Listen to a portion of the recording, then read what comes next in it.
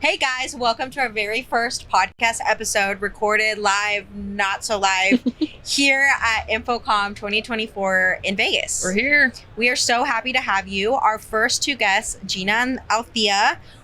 It was an awesome episode. We got a chance to cover what WAVIT is, what gap we feel like it's filling in the industry, the mentorship program that we have coming up. I'm so excited about that. And that's going to be really good. And then we got some solid advice from our very first member submitted story.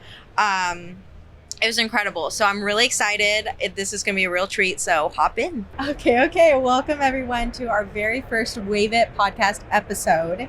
Today we've got some rock star guests and my wonderful co-host Chrissy. So I'm going to have our guests introduce themselves and then we'll jump right in.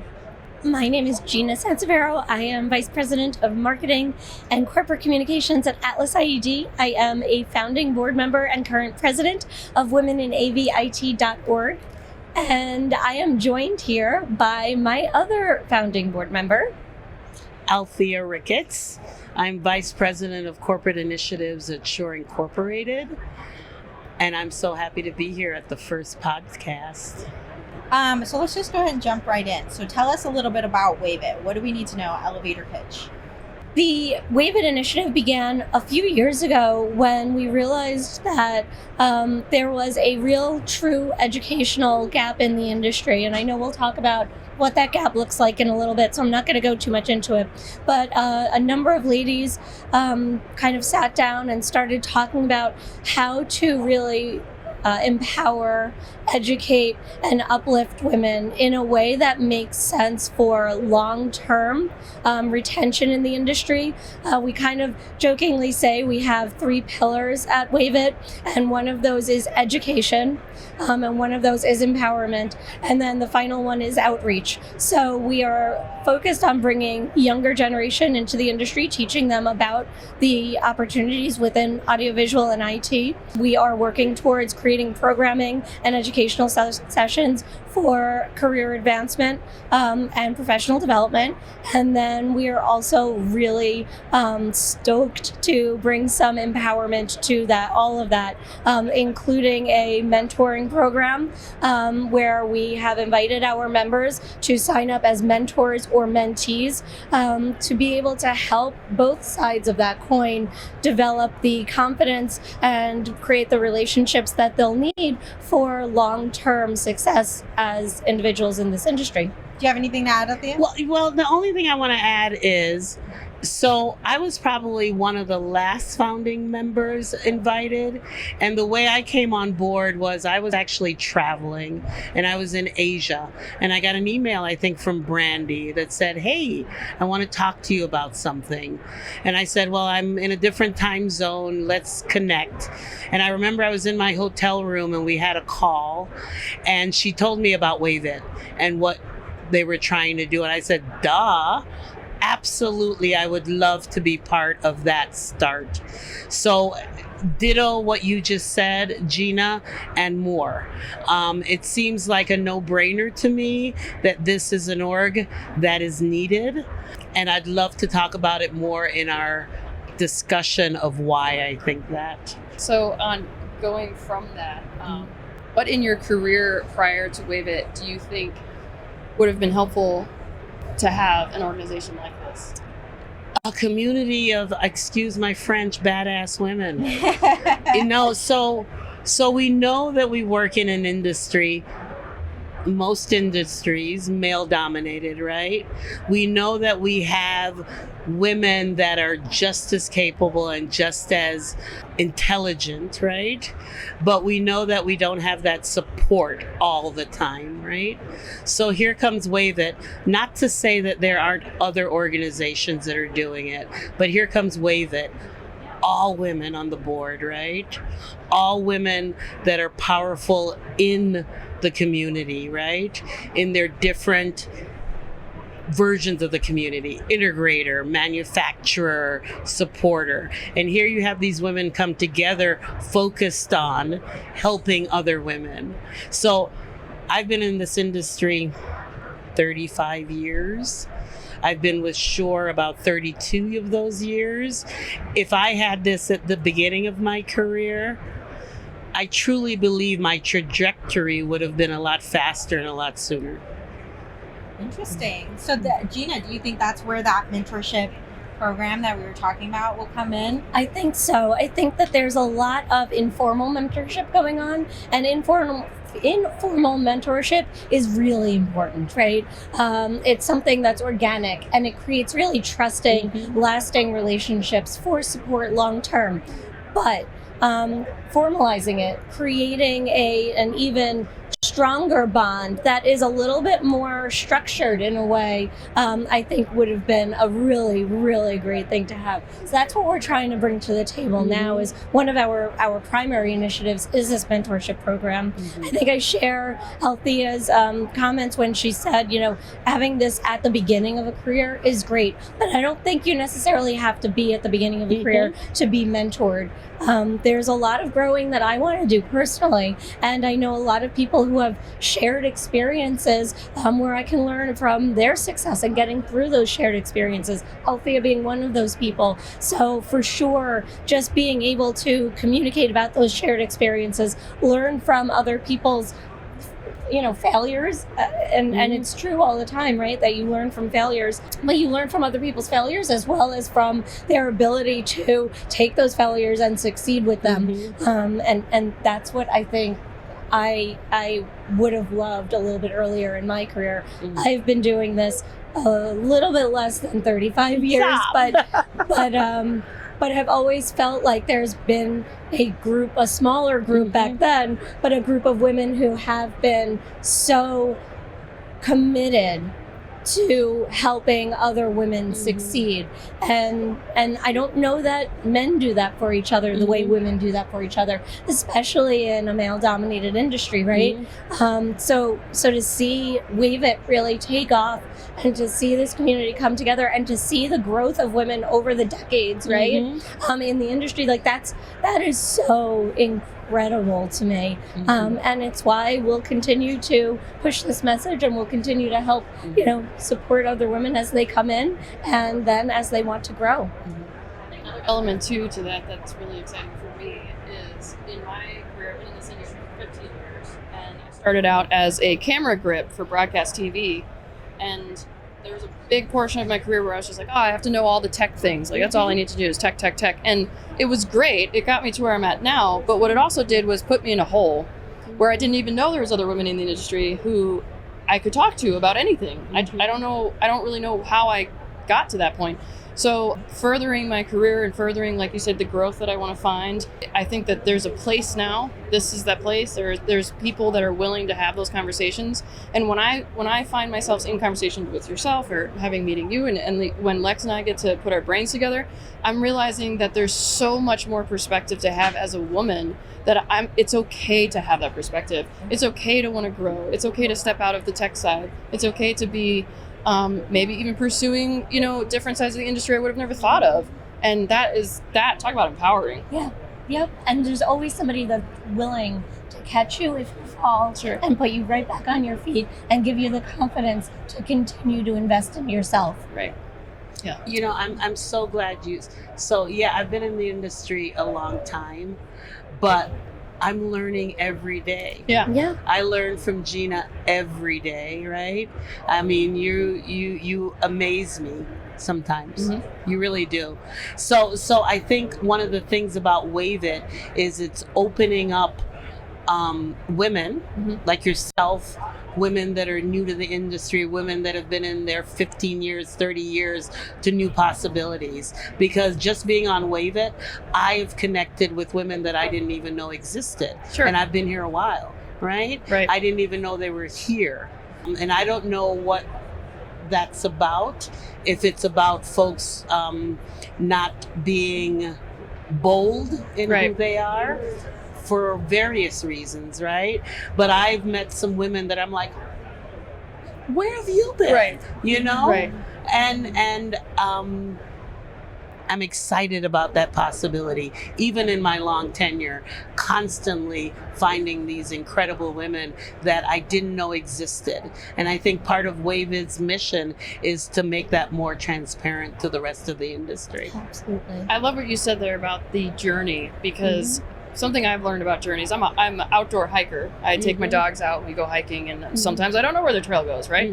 That's okay to happen in a person's career. Like, where if I start going down the journey, that's just half the battle. And you're going to find people, you're going to attract people that are going on the journey as well, because they're there with you. Yep. And there's not definite answers. I think that's an unrealistic responsibility I put on myself as a career woman in tech, is that I have to have the answers, because they're already expecting me to walk in the room and not have the answers. So I have to come pre-prepared with that information. But when it comes to a journey of career mentorship and development and connecting with other women, we don't have to have all the answers. We get to find them together. Exactly. I love that, because I always jokingly say I still don't know what I want to be when I grow up. Yes. I want to continue to learn. I want to continue to evolve. I want to continue to reinvent what I'm doing, because just like our industry is constantly changing, so are we, Sure. right? And for me, it's I don't powerful. ever want to stay in one spot. Not as far as like company goes, Right, but right. like I don't ever want to stay in one spot. Stagnation is so scary to me. Yeah. Yeah. And with each new person I meet, like, I think for me, so I have a higher ed background. And so I know a lot of the higher ed community. And I remember last year was my first year that I think you and Megan, Gina, anyone listening, you and Megan were introduced me to a large group of women. And for the first time, I felt like I belonged in something outside of higher ed within the AV community. And with every new person I met, the perspective of what I could be in my career changed, because I had no idea all these opportunities even existed. Right. Yes. I was just so unaware. All I knew was the mostly men around me and what they were doing, and what it looks like to be a woman in charge and being a woman on a different side of AV. Maybe not as technical or maybe fully technical. Like, meeting every single one of you guys changed that for me, and the sense of anxiety that I had before of what my journey could kind of look like kind of went to the wayside a little bit, because that community offered a sense of peace in knowing that I had people that I could talk to for advice or to bounce ideas off of, who offered new perspectives that I just would never have gotten otherwise. I genuinely think I would not still be in the AV industry if I didn't have the group of, it just hits different to It have does. girls. Do you know what I mean? Yeah. It's just different. So it's been I'm so excited for the mentorship program, because that's on like a casual mentorship situation that's been happening. To have something that, is programmed and succinct and it really has, things set up to support everyone. I think it's going to be wonderful. Yeah. I'm super excited. I cannot wait for this initiative to get up and running, and to have all of these women be testimonials and case studies of how important mentoring is, because I think a lot of people just kind of casually brush it off. And like you said, I think that there's an aspect of you don't know what you don't know when you don't know the different opportunities that are available to you as a woman or as an individual. I mean, we have some of our most incredible allies are men in this industry, and they will help to participate in this mentoring program. They will help to participate in giving feedback. And I think that's crucial to the success of this program, right? You can't do it just as women. The reason why we need more women in this industry is because that diversity of points of view, the diversity of the experiences and where you're coming from in life makes a stronger industry. Right. So we can't just keep a mentorship program or WAVIT as an organization in a silo. It can't only be women here, but it really does hit different when it's women. Yes, I agree. And I'm glad you mentioned that. Yep. That there is room for men. Yeah, can we talk a little bit about allyship? Yes. Because some of my greatest mentors have been men. Right. Sure. Right, Yes. right. And some of the roadblocks that have been cleared have been by men allies, right? Yep. And I think, to your point, Gina, absolutely, community of women is important, but we can't forget that we need our male allies as well, because they have to clear some of the roadblocks that we're not able to clear yet. Right? Exactly. Agreed. So I agree with you. I think the word that settles in my mind with this conversation is balance, right? Because it's true, it's a male-dominated industry, but that's the goal, is just to kind of come up as the women that we are, so that we can learn how we can work together better. And to your point, a lot of the conversations and the bosses that I've had that have led me to different, positions in the company, or maybe, hey, Chrissy, have you ever thought about going this direction with your career? Like, those are really important conversations to have. And they are at a place, being a male in the industry, they're at a place that they've been through a lot of those roadblocks, and they're kind of setting me up for success. Right. And then there's other people in the industry who might not want me in the room. Right. And I've had, instead of me spending more time on figuring out the negative sides and how to navigate the negative sides, I've had, thankfully, more male alliances where they're saying, you can do this, push forward and go for this. And I attribute that to the women who've been in the industry longer than I have, because they've been making that that pathway. But I was talking to Lex about this, where I never want to be part of the conversation where I'm a woman and I'm better than you because I'm a woman. Right. That's not the conversation I want. I want to see how we can bring those energies together and create, maybe something simplistic like an AV solution, or maybe something much more broader than that, like full company culture change. I mean, I'm down for that as well. But it starts somewhere, and it starts with the journey, trying to tie that back around. But I'm curious, in your tenure in the industry as well, what have those male allies looked like for you in your journey? Typically, they're not in my field of work. Sure. Meaning that they're typically not marketers. I have met men and been mentored by men who have really helped me to understand problem solving. Nice. So they might be technical. They might be kind of more driven towards leadership roles. And for me, that thought process, that kind of more engineering focused thought process of being on a path, finding a solution, replicating that solution, validating that solution, that was all a very new concept to me when I was first starting out, right? I kind of come from a little bit more of I'm a Gemini, so I'm a little bit more unstructured, like the whole free spirit. Yeah, very airy.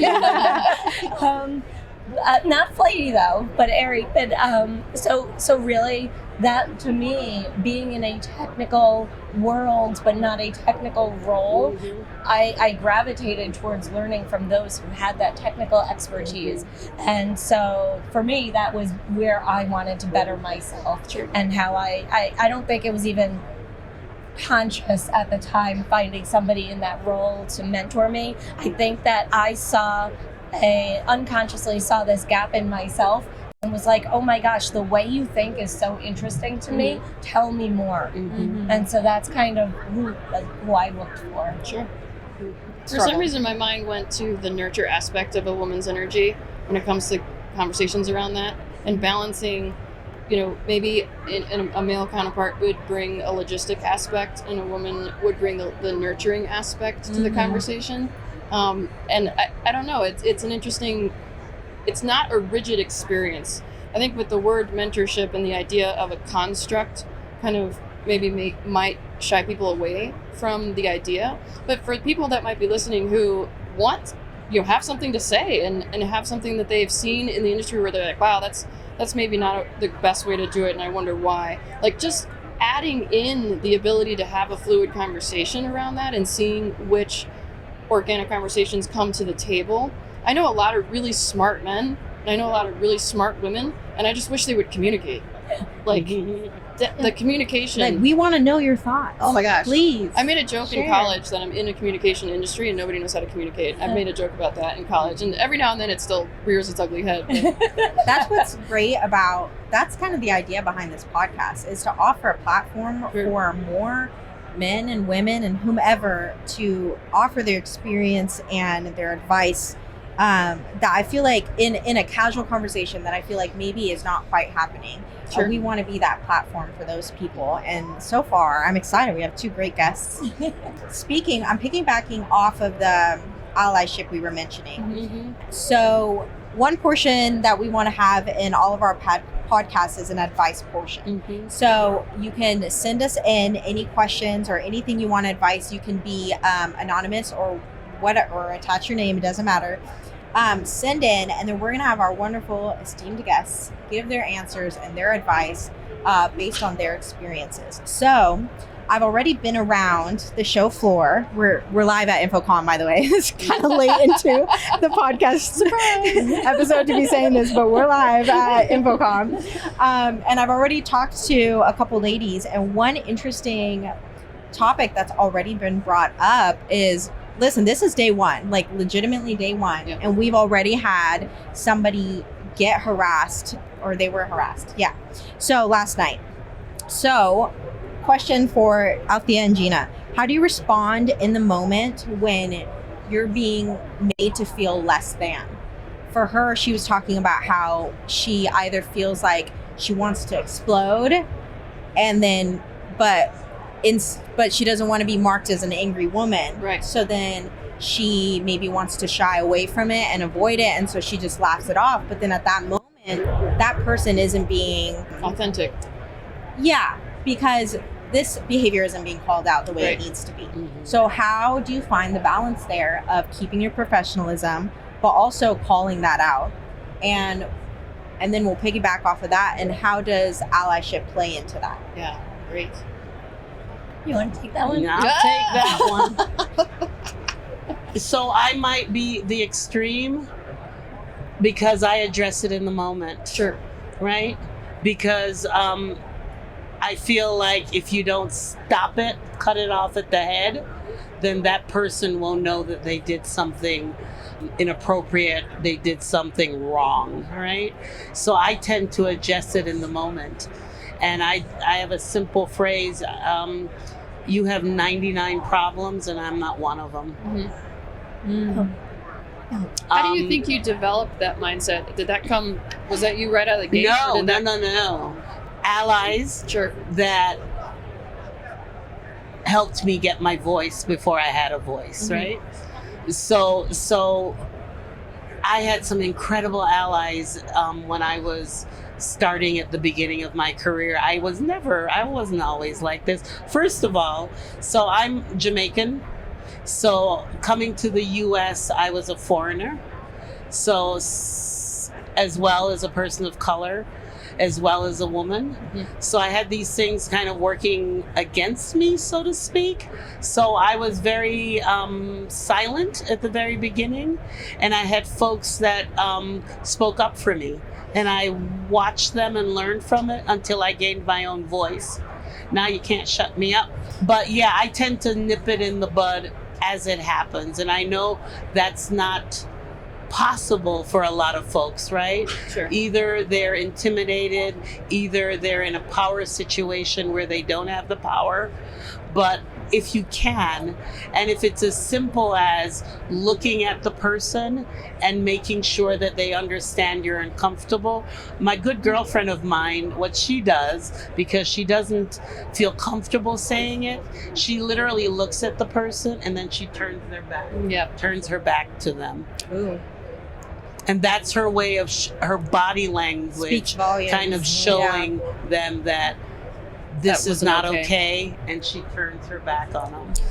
I have a question I want to ask both of you when you share your perspective as well. So I'll ask you first is, how much do you find that some of those comments or some of those the attitudes and behaviors that are towards being a woman Mm-hmm. are 50%, or I don't mean to say 50%, but are intentional or not? For me, it's about 50-50, but I'm curious to hear your perspective.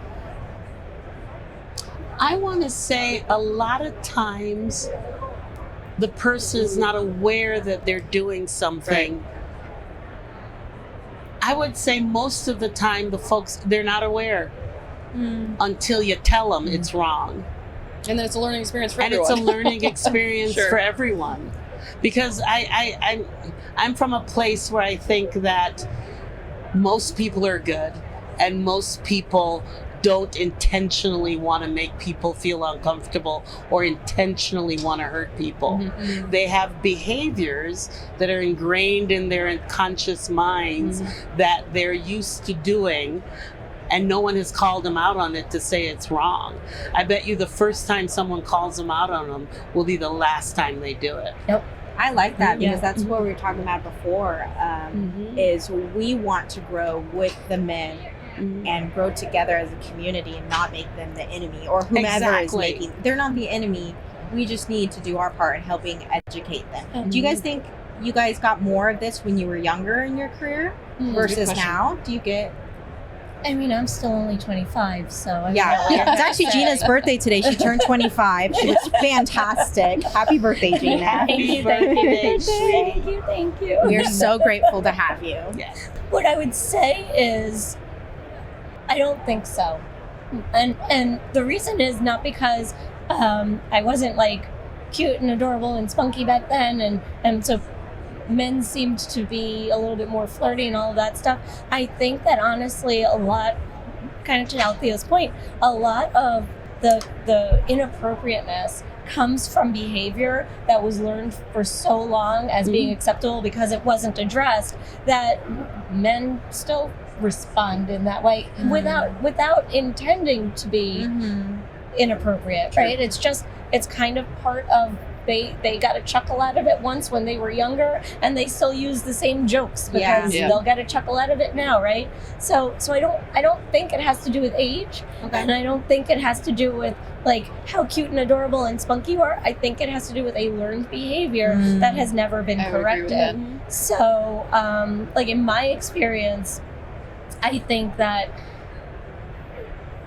inappropriate behavior is really hard for me to, and I struggle with it all the time. It's really hard for me to address. There's still a part of me that doesn't have the confidence to say the words that I know I need to say. And so I will leave a situation, but I will not say something in that situation. Right. However, if I witness it happening to another woman, I will insert myself like a mother bear. Yes. That is so And interesting. I'll never That's do very that for interesting. myself, but I will do it for somebody else in a half a second. And I mean, listen, I'm okay with that, but I feel like I'm still finding the words and the confidence to protect myself, but I will protect others. Someone else. It's a really good point to bring up. Like, kind of like what Althea was saying about her friend that turns the way that I've found being the most successful, because I'm not brave enough yet either, is I just let my face fall and I stay quiet. And I don't engage and I don't laugh. Right. It's an awkward moment when they're trying to make a joke and the person's not laughing. Right. So I let them sit in that awkward and let them feel uncomfortable as well. And then usually they don't want to repeat that behavior because it didn't get the giggles that they wanted out of me. But it definitely, I totally get that, where if somebody was saying something about you, it would be so much easier for me to be like, excuse me. But what's really lucky about the person who submitted this is she did have an ally. So what happened was somebody was in the other room and pulled the guy away and said, "You're so lucky to have basically this candy on your arm." Yep. And the guy immediately stopped and said, that's not cool to say, man. That's not okay. And so she had an ally in the room standing up for her when she wasn't there. Right. So how do you guys think, what are some more examples of allies and what that could look like in that case? So, or in any case? What's interesting is, and everybody knows Alicia Henley. She's just a wonderful, wonderful example of how to be somebody's ally when they're not in the room. She constantly preaches about how the most important confidence boosters, the most important connections that you can make for somebody, the most influential that you can be is when somebody is not standing next to you and you're still speaking well of them. Right. You're still bringing them up. You're still, putting them into the conversation and inserting them into the conversation. So I think that allyship, whether a woman is doing that for a woman, a man is doing that for a woman, a man is doing that for a man, that allyship really looks the strongest, or is the strongest, when that person is not in the room. I want to touch on the learned behavior you mentioned earlier and kind of come back around. There's an element here that is in the subconscious of learned behavior that when I put somebody else down, I gain something from it. And as time goes on and women become more brave to say that's not okay, I think it starts to change that. But it's going to take time. I love what you said, Lex, where you just simply quickly change and draw that The awkward energy. in, Mhm. that's the start of that's the start. Right. You know? I agree. Let's just rest in this. Yes. In your behavior. Like you caused this. This is Yeah. because of your behavior. Yeah. And now we're done. Like Yeah. And one of the things that I'll say is I think women in general get a bad rep for not supporting other women, for putting other women down to gain whatever next Ooh, that's a good foothold one. that they want, Mhm. right? Yeah. I haven't seen that in this industry. I haven't either. I You was know? scared of it, but I Yeah. haven't seen it. Yep. just to clarify, you're Can talking we about, say that again? Yeah. Can we say it again? just say that one more time. So, in my experience, very often women get a bad rep for being petty, Yep. for putting each other down in order to lift what that one person up, and jealousy and things like that. And it might happen in other industries. It sure as heck happened in high school. But you know what I'm saying? Yeah. I haven't seen it here. I think that we have a strong group of women who intentionally or unintentionally don't think that they need to squash somebody else to bring gain. themselves up. And I think if we continue with WAVIT's mission, if we continue to be very intentional about how we treat each other and how we promote each other and how we talk about each other, that becomes that changing force. That myth is then debunked. Right. Chrissy, I saw your face kind of twitch a little Oh, bit. yeah, How do you feel about that? I'm going to respectfully disagree because I have experienced women who put other women down. It's been it's been me before. I've also seen other women. I've also advocate for when the conversation comes up. Did you see what so-and-so wore today?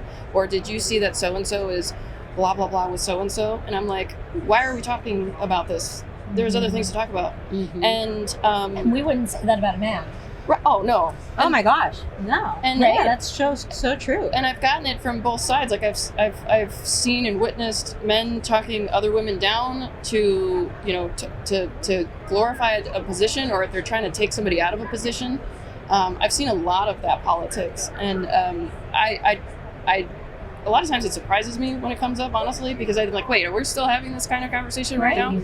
The cattiness and the pettiness is still there. But is it the exception or is it the rule? So that part I don't know if I can speak to because my perspective is coming from a very technical role, and I have not lived in the marketing worlds and I have not lived in the sales roles, so I don't have that experience maybe that you might be saying where you don't see that and feel that. I think that the important part, which I agree with that last part that you mentioned, is having platforms like this that say, this isn't tolerated in any circle, right? If somebody comes to me, another woman comes to me and is trying to wedge negativity in between other women in a company or a department, it's getting shut down because we don't have time, we don't have resources to be taking that advocacy away and taking that in power. Because I hate to say we're just one of the guys, because that's not what I'm trying to say, but it's encouraging that negative behavior and that disempowerment, if that's a word, I'm going to make a word up, from the women's side, because I want to encourage women to be better women. And I'm not sure if the women that are doing that catty petty game realize that there's opportunity to be better women. Maybe they're just so used to being in that circle of life in this industry. But do you think so? Women in tech, sure, small group of you. Do you think because there's competition, because there's so few of you, that it tends to have that kind of take her out because then I can move up kind of? Good question. I think it's actually more slightly unintentional. Okay. Women in tech have strived and clawed and done all, just worked very hard to get to where they're at. Right. And so they see another woman come in, and here's a really good example. Even today, if I'm in a room full of men that I've already earned their respect, and another woman who is a technical woman comes in the room, there's a pause. And it's like, are you cool? Yeah, I'm cool. Okay, we're cool. And then we share that mutual respect. But if there's the pause and there's that look or that change in mannerisms, then I know, oh, we're not cool. And I have to try to advocate for the fact that I would like to be in collaboration with that woman, rather than it's a competition. So when I do get that negative look or that vibe, I think she just doesn't know what she's missing out on. She doesn't realize that she doesn't have to fight so hard to stay where she's at. We can actually collaborate. And that's why I'm really excited to be part of WAVIT, because I'm like, women in tech are awesome and we can communicate. Please just know that, know that when you walk into a room of men that you feel you have to gain their respect immediately, know that that battle's already won and that we can now collaborate together on it. I hope that's making sense. It does. Lex had a twitch in her face. My face did twitch. I don't know where I got it from, but I kind of had the same idea, perception, I don't know what Sure. it was, going in, that I felt like I had to claw my way Right. and push people out of the way to get there. And it wasn't until I saw people, and I was distrustful of you, genuinely. Right. When I first met you, I was like, no way. Are you looking at me or Somebody Gina? that Gina. Okay. Not you. Like, what? Gina, this is a little bit, the truth is coming out. I was like, there's no way somebody's that nice. I didn't trust you at all. Right. And I remember I had to sit with myself, and I was talking to one of my friends, and I was like, I don't know about Gina. Like, she seems so happy, and I had never witnessed that, somebody who could genuinely want the best for somebody else with nothing in return. With no Sure. agenda. Ooh. No agenda. Mhm. I did not understand it. And it took that person advocating for you and me being like, why? I'm pushing that onto her when she's never done anything. And I was like, she's not the competition. And the second I switched that and you became my friend, and the same with other women, suddenly I had that community, and I was the one who was blocking my way because I genuinely didn't believe somebody could be that kind. And I'm not saying that just to blow smoke. Like, that was something I really had to come to terms with, and being like, these women are not my competition. Right. They could want the best for you and then still also be successful. Yeah. I would like to go further with that too, about intimidation. One thing that's kept me out of the women's circles has been intimidating women. Either me intimidating them or them intimidating me, so I don't even broach the subject. There in the company I work for, there's a woman who's a president, and I feel like I fangirl over her. And my current boss was like, you could just pick up the phone and call her. And I'm like, I can do that? And he's like, yeah. And I have been putting this thing in blocking, as you said, Lex. It's just like, I'm not cool enough for her. I'm too young to feel like she would recognize that I'm respecting her position. And that's an interesting concept of just keeping ourselves in a box when we don't need to be. And checking ourselves, checking our perceived conceptions and like our whatever we were learned habits or thoughts put into our heads that maybe are not true. Yeah. Ooh, So I've been told I'm intimidating. Same, actually. I've been told that too. Have we all been told that? Yeah. I've been told that. I think it's just when we don't smile, which is so When we don't aggravating. giggle. So people tell me that all the time. I'm like, it's just my face. Oh gosh. Anyway, continue. And my response is, I'm not intimidating. You're intimidated.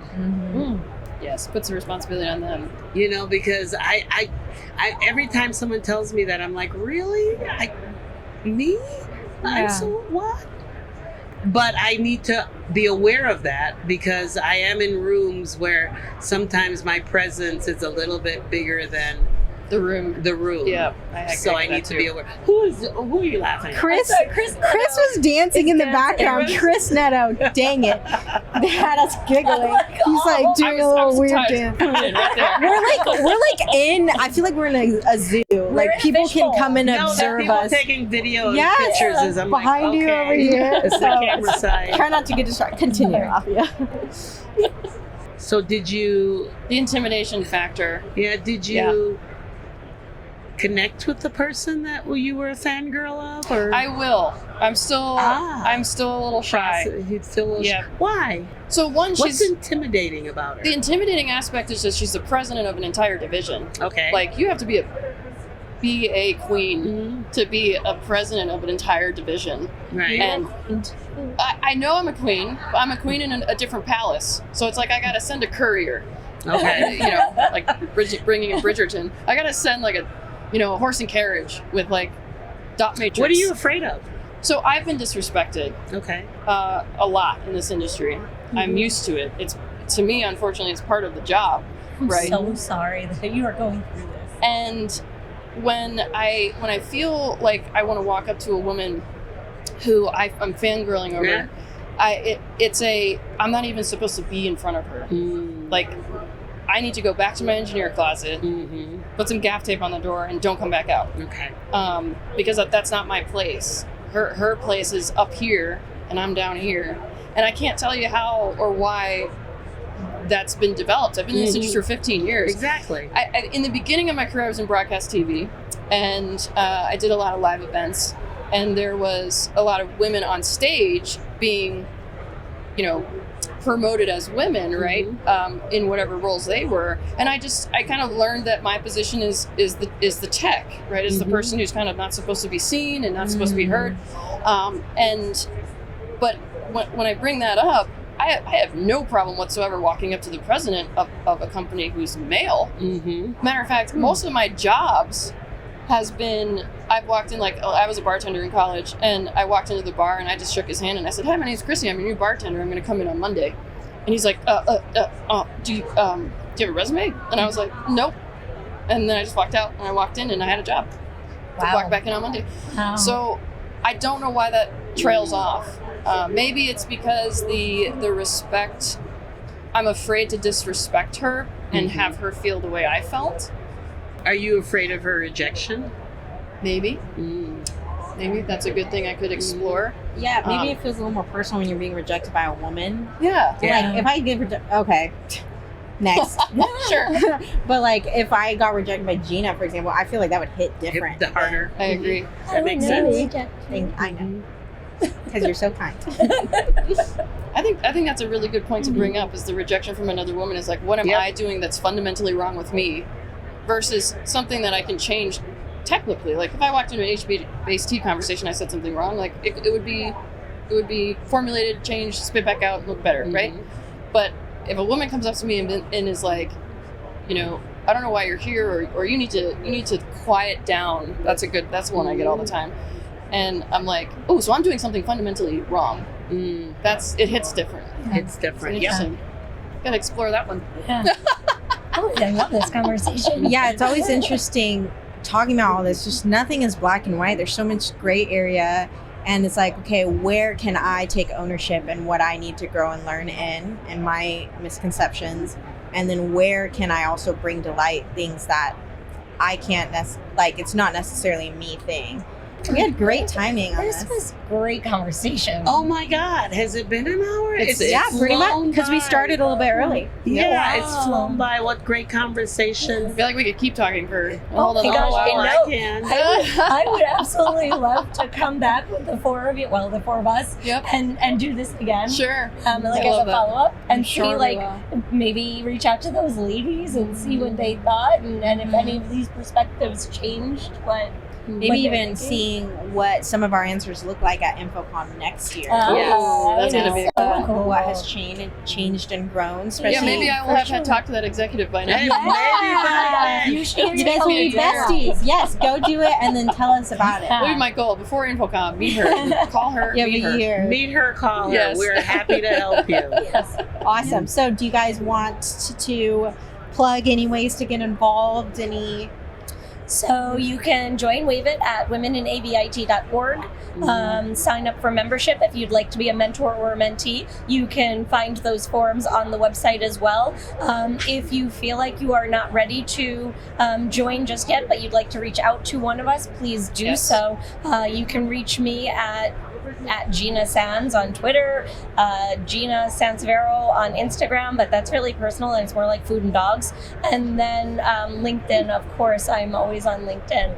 And then for sure, if you're interested in WAVIT, but your company might not be able to fund it, membership, come and talk to us because we definitely have scholarships available. And by the time this episode's out, I think we'll be a little bit closer to the mentorship, or it might already be fully out. Well, when are we launching it? Probably by the end of June, we'll have that up and running for a formalized launch in the beginning of July. Okay, perfect. So by the time this episode's out, you'll have a week or two to prep and then you can start applying for that mentorship program, or Absolutely. even consider being a mentor. That'd Yep. be super awesome. And we're always Excellent. looking for volunteers. Yes. at WAVIT. Always looking Goodness, for yes. volunteers. We are an organization full of volunteers, Yes. wonderful ladies. It's a great way to get involved and really get to know people as well. Yep. Anything you want to add, Althea? Reach me on LinkedIn, Althea Ricketts. You don't want to see my Instagram. I only have an Instagram to stalk my son. So yeah, LinkedIn is where I rest, and happy to connect with any and everyone. Excited about the future of WAVIT. Really sad that my chairperson is leaving me after this year. I'm going to figure out a way to keep her.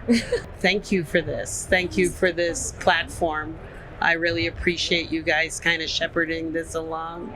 Thank you. It'd be good. We're so excited. We could have not had better first guests. I think this Agreed. was Thank this you. worked serendipitous. Yeah, Right? Did I use that's that a word. correctly? Yeah. I think that was.